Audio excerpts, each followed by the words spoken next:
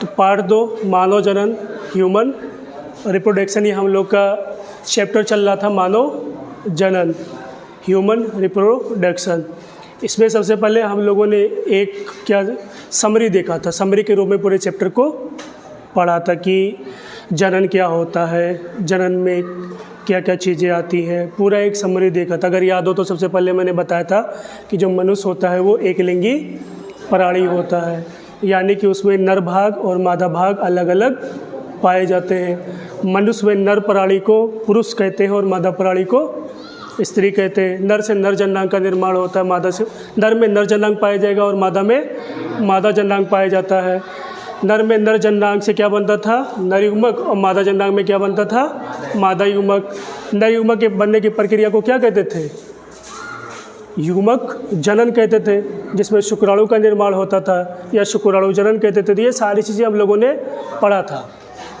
फिर उसके बाद हमने पढ़ा था कि लैंगिक अंग कौन कौन से, जननांग क्या होते हैं। उसके बाद क्या पढ़ा था कि जननांग क्या होते हैं। तो जननांग ऐसे अंग होते हैं जिनमें आवश्यक और सहायक अंग आते हैं। जननांग वे अंग होते हैं जिनमें आवश्यक व सहायक जनन अंग आते हैं, उसको जननांग कहते हैं। फिर जननांग को 2 भागों में बांटा गया था, एक प्राथमिक लैंगिक अंग और एक द्वितीयक लैंगिक अंग। ये सारी चीज़ें हम लोग पढ़े थे।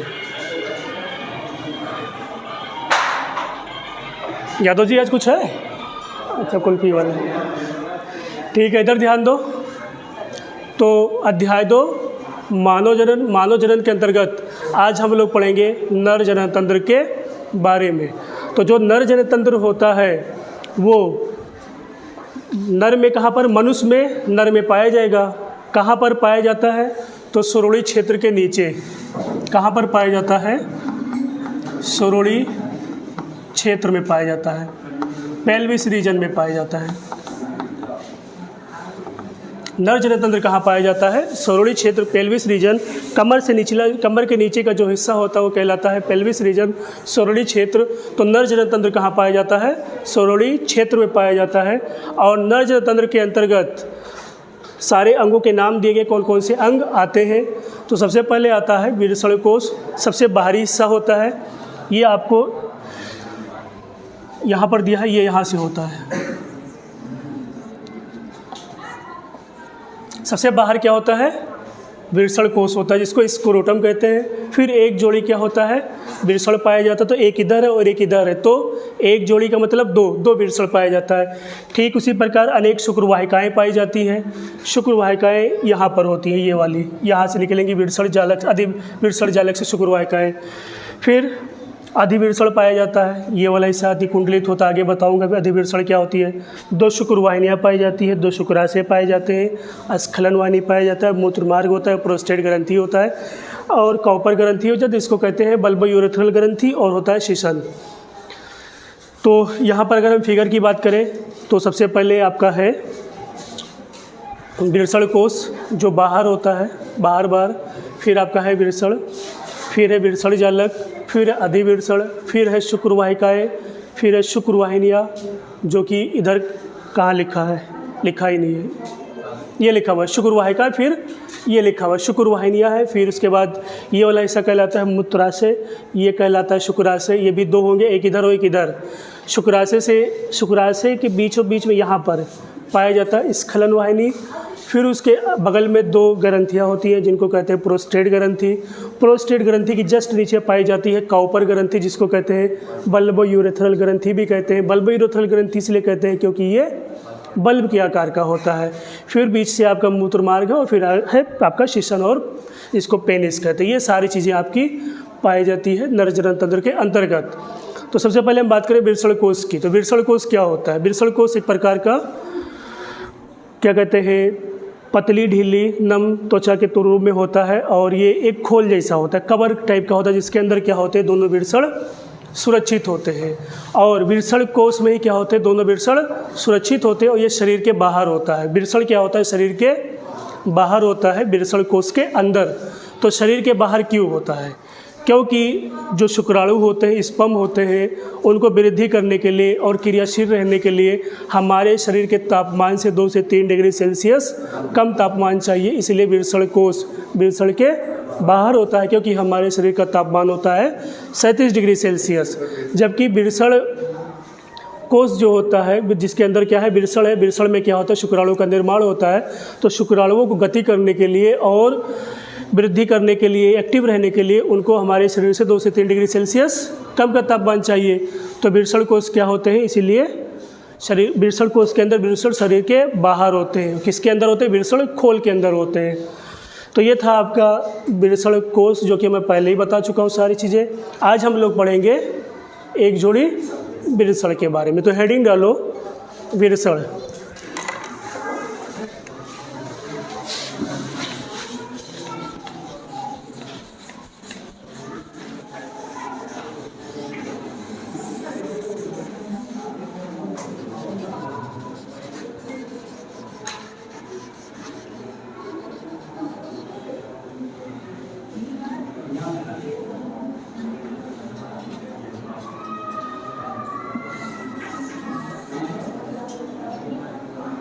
वृषण खोल भी मैं मिटा दे रहा हूँ, ठीक है।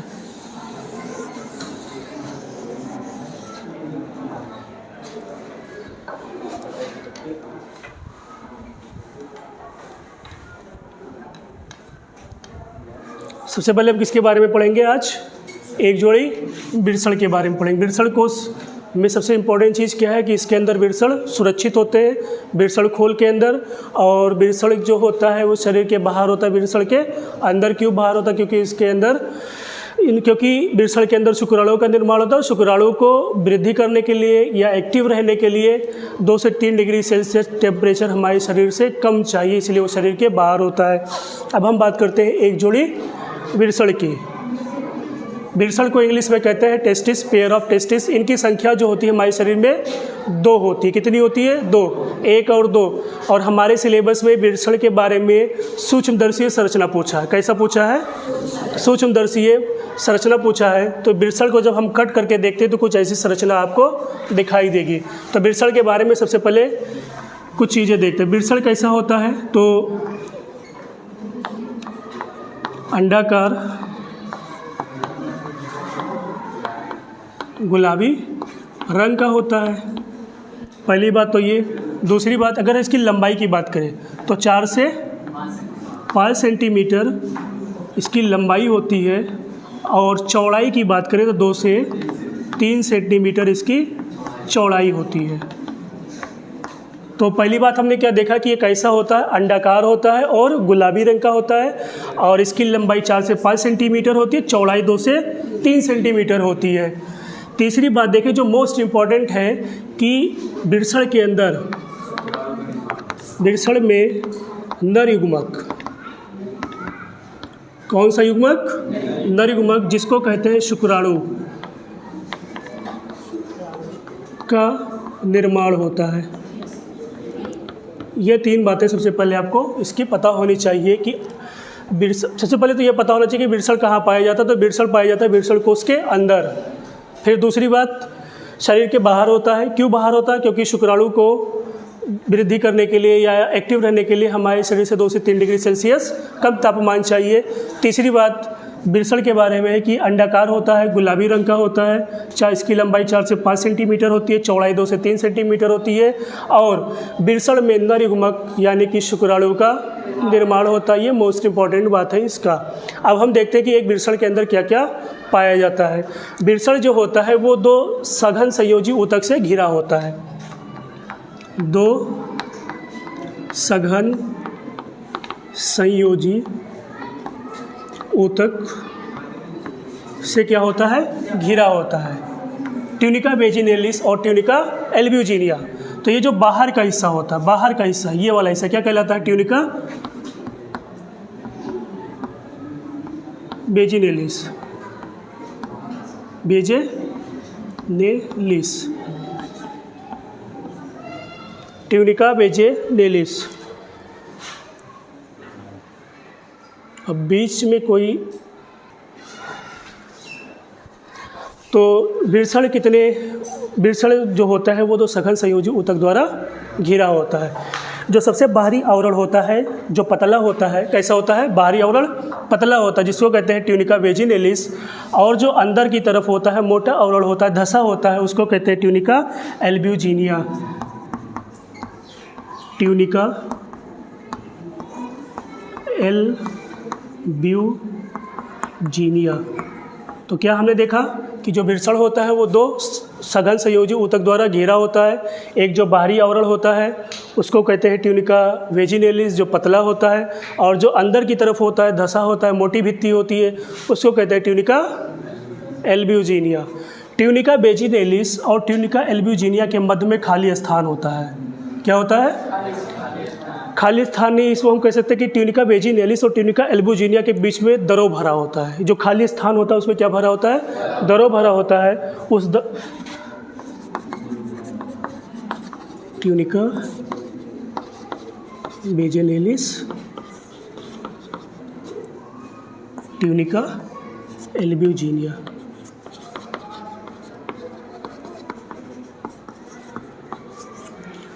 तो ट्यूनिका एल्ब्यूजिनिया अंदर वाला हिस्सा होता है, बाहर वाला क्या होता है? Tunica vaginalis.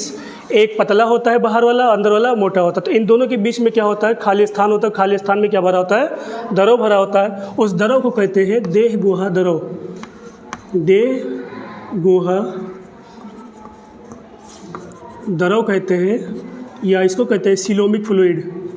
Coelomic fluid. तो सब क्या देखा सबसे पहले हमने कि जो वृषण होता है वो तो सघन संयोजी ऊतक द्वारा घिरा होता है। बाहरी आवरण को जो पतला होता है उसको कहते हैं ट्यूनिका वेजिनेलिस, और जो अंदर वाला मोटा भित्ति होता है उसको कहते हैं tunica albuginea. Tunica vaginalis, tunica albuginea के बीच का जो खाली स्थान होता है उस खाली स्थान में दरो भरा होता है। उस दरो को कहते हैं देहगुहा दरो। देहगुहा दरो आपको बाहरी आघात और चोट से बचाता है। अगर आपके वृषण में चोट वगैरह लग जाती है तो आपको सुरक्षित रखता है, आपके वृषण को सुरक्षित रखता है कौन? देहगुहा दरो। तो यह क्या करता है? बाहरी आघात या चोट से बचाता है। कौन बचाता है? देहगुहा दरो सिलोमिक फ्लूइड। कहाँ होता है? ट्यूनिका वेजिनेलिस और ट्यूनिका एल्ब्यूजिनिया के मध्य के जो खाली स्थान होता है उसमें एक दरो भरा, तो उसी को कहते हैं, और ये आपको चोट व भारी आघात से बचाता है। अब हम थोड़ा और आगे बढ़ते हैं, डिटेलिंग अंदर देखते हैं क्या होता है। ट्यूनिका एल्ब्यूजिनिया जो होता है ये अंदर की तरफ धसा होता है, और जो वृषण का जो ऊतक होता है उसको कई खंडों में बांट देता है। देखो, एक खंड ये बना है, एक खंड ये बना है, एक खंड ये, एक खंड ये, या ऐसे देख लो 1 2 3 4 5 ऐसे कई खंड है ना। तो ट्यूनिका एल्ब्यूजिनिया अंदर की तरफ धस कर वृषण पट्टिका का निर्माण करता है। किसका निर्माण करता है? वृषण पट्टिका का निर्माण करता है। ट्यूनिका एल्ब्यूजिनिया अंदर की तरफ धंसकर किसका निर्माण करता है? वृषण पट्टिका का निर्माण करता है। देखो इधर ये अंदर धंसा हुआ है, ये अंदर धंसा हुआ है। रहना तो चाहिए था सीधा सीधा मोटी भित्ति, लेकिन ये अंदर की तरफ धंसे होते। तो धंसकर क्या निर्माण करता है? वृषण पट्टिका का, टेस्टिस स्क्रोटम कहते हैं, उसका निर्माण करता है वृषण पट्टिका का। यही वृषण पट्टिका कई खंडों में बटी होती है, लगभग 250 खंडों में। यहाँ पर कितना है? 1 2 3 4 5 6, लेकिन ये कितने होते हैं? 250 होते हैं, जिसको कहते हैं वृषण पिंडक या वृषण पालिका। क्या कहते हैं? वृषण पालिका। यही वृषण पट्टिका कई खंडों में, लगभग 250 खंडों में पट कर किसका निर्माण करती है? वृषण पालिका या वृषण पिंडक का निर्माण करती है। और एक वृषण पालिका के अंदर कितने शुक्रजन नलिकाएं होती हैं? 1 से 3। तो वृषण पालिका की संख्या कितनी होती है? 250। अगर हम एक वृषण पालिका की बात करें तो एक वृषण पालिका के अंदर 1 से 3 शुक्रजन नलिका होती है। शुक्रजन नलिका होती है। इसी शुक्रजन नलिका के अंदर शुक्राणु का निर्माण होता है। किसकी हम बात कर रहे थे कि वृषण के अंदर किसका निर्माण होता है? शुक्राणु यानी कि इंद्रियगुमक का निर्माण होता है। तो वृषण में कहाँ पर होता है? तो वृषण पालिका के अंदर 1 से 3, एक वृषण पालिका के अंदर 1 से 3 शुक्रजन नलिका पाई। तो उस शुक्रजन नलिका के अंदर क्या होता है? शुक्राणु का निर्माण होता है। तो याद रखिएगा कि वृषण में कहाँ पर होता है, तो शुक्रजन नलिका के अंदर शुक्राणु का निर्माण होता है। तो देखा जाए तो किस में हो रहा है, वृषण में हो रहा है। इसीलिए जो सुबह जवाब आपने टिक किया था शुक्राणु का निर्माण कहाँ होता है, तो जवाब क्या था आपका, वृषण। ठीक, तो क्या हमने देखा कि जो वृषण पट्टिका होती है धंसकर 250 पालियाँ बनाती है, जिसको कहते हैं वृषण पालिका। प्रत्येक वृषण पालिका में 1 से 3 शुक्रजन नलिकाएँ होती हैं। 1, 2, 3, प्रत्येक वृषण में कितनी शुक्रजन नलिकाएँ होती है, 1 से 3 होंगी, 1 से 3 होंगी। ठीक है, और इसी शुक्रजन नलिका के अंदर क्या होता है, शुक्राणु का निर्माण होता है।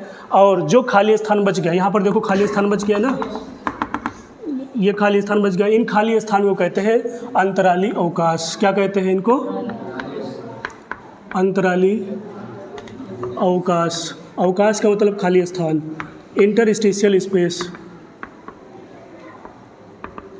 इंटरस्टिशियल स्पेस कहते हैं। जो खाली स्थान बचता है शुक्रजन नलिका के अंदर, 1 से 3 शुक्रजन नलिका है, तो उसके बाद जो खाली स्थान बचता है उस खाली स्थान को कहते हैं अंतराली अवकाश। अंतराली अवकाश के अंदर कुछ चीज़ें पाई जाती हैं। क्या पाई जाती है, रक्त केशिकाएँ पाई जाती हैं, रक्त केशिकाएँ, तंत्रिका तंतु,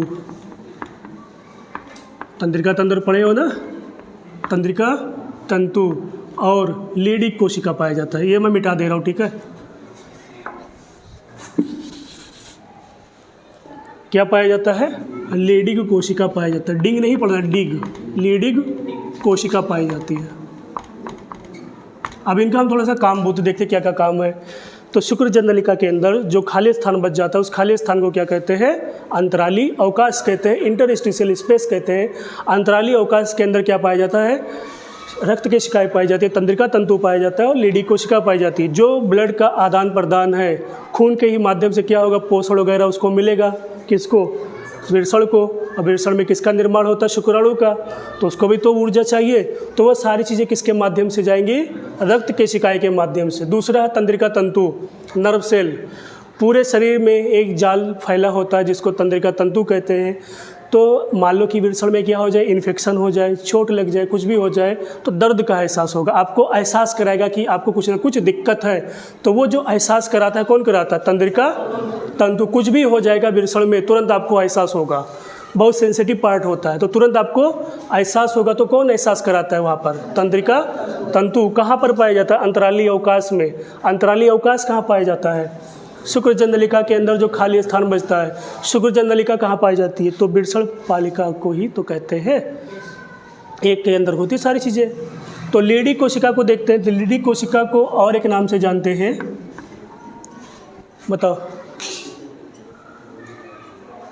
बताओ बताओ। नहीं, सरडोली कोशिका नहीं कहते, और किस नाम से जानते हैं,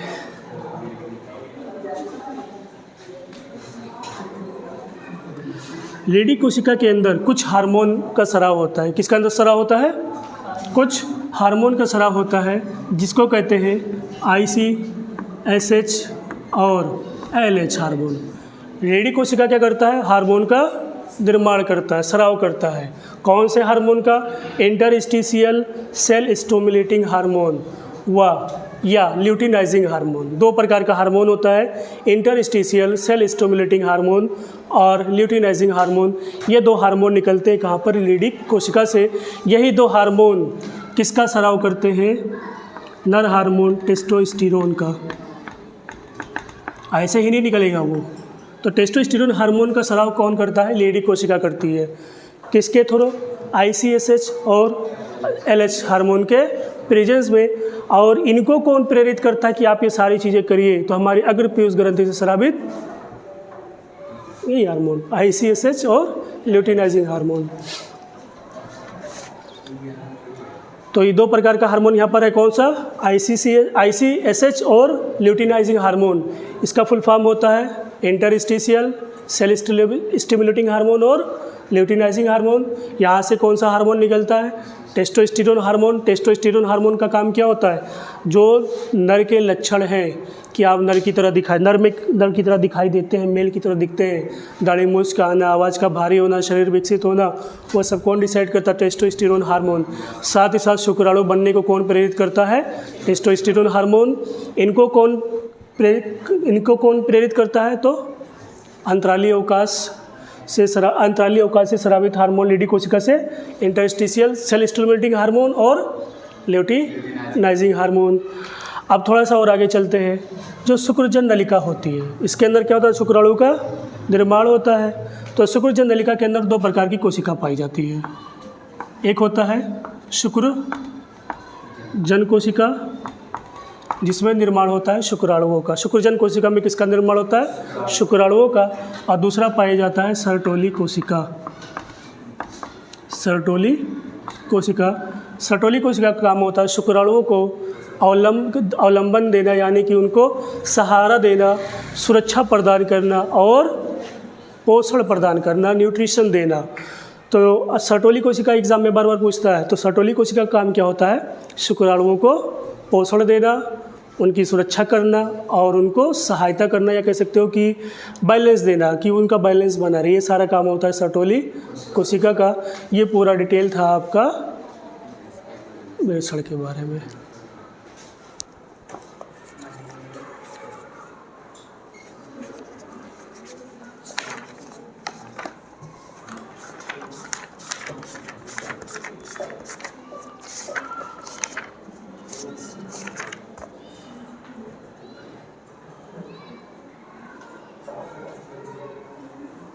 अंतराली कोशिका कहलाती है। क्या कहलाती है? अंतराली कोशिका था। ये जो एक लीडी कोशिका का जो दूसरा नाम था वो था अंतराली कोशिका। तो एक बार मैं रिपीट कर दे रहा हूँ, ठीक है? शुरू से आप देख लीजिएगा। सबसे पहले क्या है वृषण के बारे में? तो इनकी संख्या कितनी होती है? 2 होती है। एक इधर है और एक इधर है। एक को काट करके दिखाया गया, एक वैसे ही बना है। तो कहाँ पर होते हैं? वृषण खोल के अंदर, वृषण कोश में पाए जाते हैं। शरीर के बाहर होते हैं। बाहर क्यों होते हैं? क्योंकि वृषण के अंदर शुक्राणु का निर्माण होता है और शुक्राणु को हमारे शरीर से 2 से 3 डिग्री टेम्परेचर कम चाहिए वृद्धि करने के लिए या उनको क्रियाशील रहने के लिए। फिर उसके बाद ये कैसे दिखते हैं? तो अंडाकार होता है, गुलाबी रंग का होता है, 4 से 5 सेंटीमीटर लंबाई होती है, चौड़ाई होती है 2 से 3 सेंटीमीटर। मोस्ट इंपॉर्टेंट बात क्या है कि इसके अंदर होता है शुक्राणुओं का निर्माण। किसके अंदर? वृषण के अंदर। फिर हम और डिटेलिंग देखें तो वृषण जो होता है ये 2 सघन संयोजी ऊतक या 2 आवरण द्वारा घिरा होता है, जिसको कहते हैं ट्यूनिका वेजिनेलिस। जो बाहर का आवरण होता है पतला होता है उसको कहते हैं ट्यूनिका वेजिनेलिस, और जो अंदर का आवरण होता है मोटा होता है उसको कहते हैं tunica albuginea. Tunica vaginalis, tunica albuginea के बीच का जो खाली स्थान होता है उसमें भरा होता है द्रव, उस द्रव को कहते हैं देवगुहा द्रव, जो आपको बाहरी आघात व चोट से बचाता है। और अगर हम डिटेलिंग देखें तो ट्यूनिका एल्ब्यूजिनिया अंदर की तरफ धंस कर वृषण पट्टिका का निर्माण करता है और वृषण पट्टिका से 250 लगभग 250 खंड बन जाते हैं, जिनको कहते हैं वृषण पालिका या वृषण पिंडक। एक वृषण पालिका या वृषण पिंडक के अंदर 1 से 3 शुक्रजन नलिकाएँ होती है। इन शुक्रजन नलिका में क्या होता है? शुक्राणु का निर्माण होता है। और शुक्रजन नलिका के अंदर कुछ जो खाली स्थान बच जाते हैं उन खाली स्थान को कहते हैं अंतराली अवकाश, इंटरस्टिशियल स्पेस। अंतराली अवकाश के अंदर होता है रक्त कोशिकाएं, जिसके माध्यम से इनमें ब्लड ही होता है, जिसके माध्यम से पोषण वगैरह उनको मिलता रहता है। दूसरा तंत्रिका तंतु, जो दर्द या इन्फेक्शन वगैरह हो जाए तो उसका आभास कराता है। लीडी कोशिका या इसको कहते हैं अंतराली कोशिका, ये स्राव करती है हार्मोन का, जिसके प्रेजेंस में टेस्टोस्टेरोन हार्मोन का स्राव होता है। और कौन सा हार्मोन सीक्रेट करती है? इंटरस्टिशियल सेल स्टिमुलेटिंग हार्मोन और ल्यूटिनाइजिंग हार्मोन, जिसे स्रावित होता है टेस्टोस्टेरोन हार्मोन। टेस्टोस्टेरोन हार्मोन क्या करता है? शुक्राणु बनने को प्रेरित करता है।